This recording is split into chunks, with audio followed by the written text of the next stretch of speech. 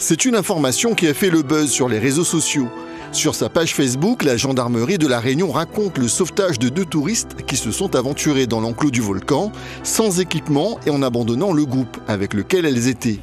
C'est à 21 h que l'hélicoptère de la section aérienne de la gendarmerie, avec à son bord des hommes du PGHM, est intervenu les récupérer. Elles étaient heureuses de nous voir et il fallait qu'on y aille. C'était certain, il fallait y aller. Elles nous ont largement remerciés. Elles ont compris, je pense, leur erreur. Hein. C'est évident. Mais elles n'ont pas pu l'anticiper par manque d'expérience. Là, on est au cœur de l'hiver et même à La Réunion, l'hiver est quand même frais. Et donc, on a des températures le soir et la nuit au volcan de l'ordre de 0, 2, 3 degrés. Et lorsque vous rajoutez un peu de vent ou d'humidité, ça fait quand même très difficile à gérer pour quelqu'un qui est habillé en short, t-shirt, claquettes évidemment, en plus, tant qu'à faire. Donc voilà, oui, l'équipement était totalement inadapté.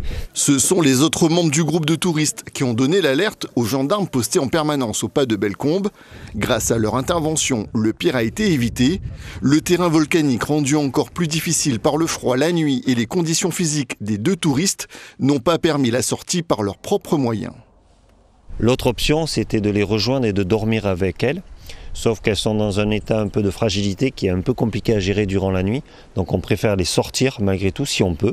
Donc là c'était le cas en hélicoptère parce que la météo était clémente, qu'il faisait beau et qu'on avait les critères pour faire sortir l'hélicoptère de nuit, ce qui n'est pas tout le temps le cas. Même si le secours en montagne reste gratuit, parfois il ne peut pas intervenir dans l'immédiat. En cette période hivernale, il est donc indispensable d'être très bien équipé contre le froid, le soleil et la pluie lors des sorties en montagne, de se renseigner sur la météo et l'état des sentiers, de garder son téléphone chargé, sans oublier de ne pas surestimer ses capacités physiques.